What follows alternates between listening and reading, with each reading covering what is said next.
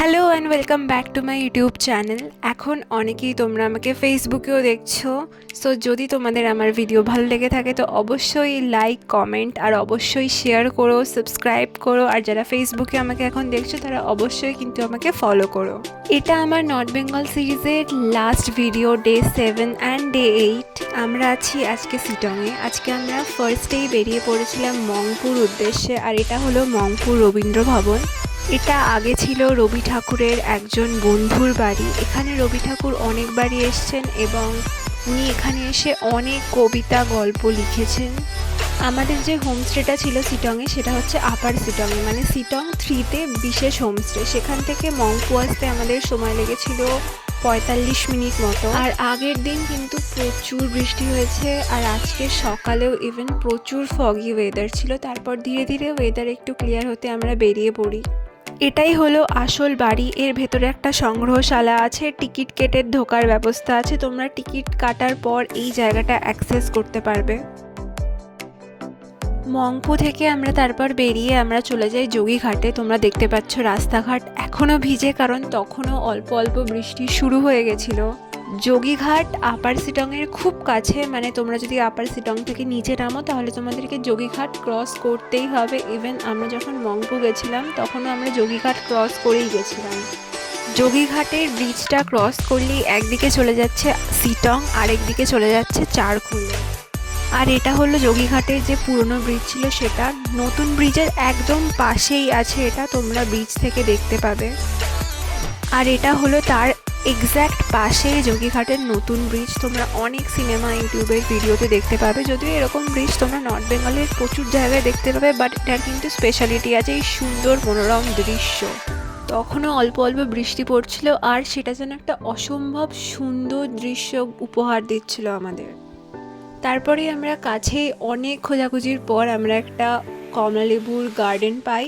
তো এখানে বেসিক্যালি আমরা যে দার্জিলিংয়ে লেবু করি, তো দার্জিলিংয়ে স্পেশালি কোনো লেবু চাষ হয় না, যা হয় সবই কিন্তু শিটংয়ে। আর এখানে না সবার বাড়িতে বাড়িতে কমলালেবুর বাগান আছে। তো আমরা ভেবেছিলাম যে এরকম কোনো পার্টিকুলার সরকারি জায়গা থাকবে, বাট এটা অ্যাকচুয়ালি এরকম না। আমরা ওখানে গিয়ে সেটা জানতে পারলাম। 20-30 টাকা দিলে তোমরা বাগানগুলোর অ্যাক্সেস পেয়ে যাবে, বাড়ির মালিকই তোমাদেরকে ঘুরিয়ে দেখাবে। আর নর্থ বেঙ্গলের কমলালেবুর বাগান কিন্তু এইগুলোই, এছাড়া তোমরা কিন্তু নর্থ বেঙ্গলের কোথাওই কমলালেবুর বাগান পাবে না। তারপরে আমরা এই প্লেসটাতে আসি। এখানে একটা লেক ছিল যেটা তখন নো এন্ট্রি ছিল, লেকের জলও শুকিয়ে গেছিলো। এখানে তোমরা একটা বিলুপ্তপ্রায় প্রাণী দেখতে পাবে যেটা লাল রঙের টিকটিকি টাইপস দেখতে, এটা শুধু এখানেই পাওয়া যায়। তারপরে শুরু হয় খুব বৃষ্টি। আমরা হোমস্টেতে ফিরে আসি, যেহেতু আমরা আপার শিটংয়ে ছিলাম তো প্রচুর ঠান্ডা ছিল। আর আমাদের তো হোমস্টে, আমাদের যেই ভিলাটা ছিল বা যেই রুমটা ছিল তার অপোজিটেই একদম পুরো যে কার্শিয়াং ডিস্ট্রিক্ট বা কার্শিয়াং শহর সেটা দেখা যাচ্ছিল, লাইটসগুলো দেখা যাচ্ছিল।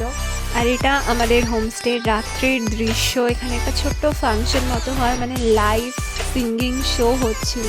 আর শিটংয়ের ওয়েদার প্রেডিক্ট করা কিন্তু খুবই মুশকিল। আমরা দার্জিলিং বা মেরিট কোথাও সেরকম বৃষ্টি পাইনি, বাট এখানে প্রচুর ফগি, প্রচুর ক্লাউডি, প্রচুর আমরা বৃষ্টি পাই। আর শিটংয়ের পাশ দিয়ে কার্শিয়াং যাওয়ার রাস্তা আছে। তোমরা যদি কার্শিয়াং যাও তো অবশ্যই আমি বলবো যে আপার শিটং একটু ঘুরে দেখতে পারো, খুবই তোমাদের ভালো লাগবে। তোমরা যদি দুদিনের ছুটি কাটাতে নর্থ বেঙ্গল যাও তো অবশ্যই শিটং তো আগে ভিজিট করো, তোমাদের লিস্টে একদম টপে রেখো। দেন নেক্সট ডে, আমাদের 8th ডে ট্রিপের নর্থ বেঙ্গলের একদম লাস্ট ডে। এই দিনকেই দুপুরবেলা আমাদের ছিল ট্রেন।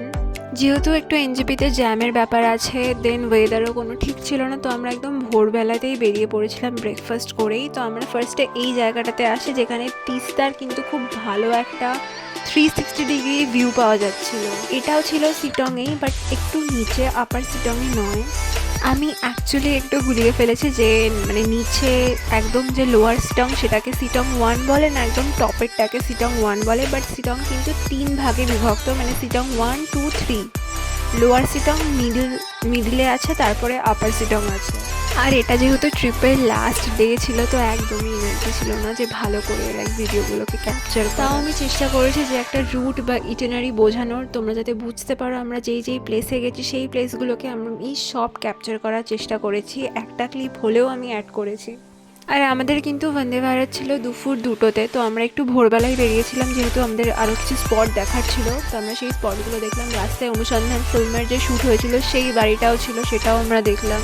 এখানেই ভিডিওটা শেষ করলাম। ভালো লাগলে অবশ্যই জানিও তোমাদের কোন পার্টটা ভালো লাগলো, কমেন্টে বলো। দেখা হচ্ছে পরের ভিডিওতে।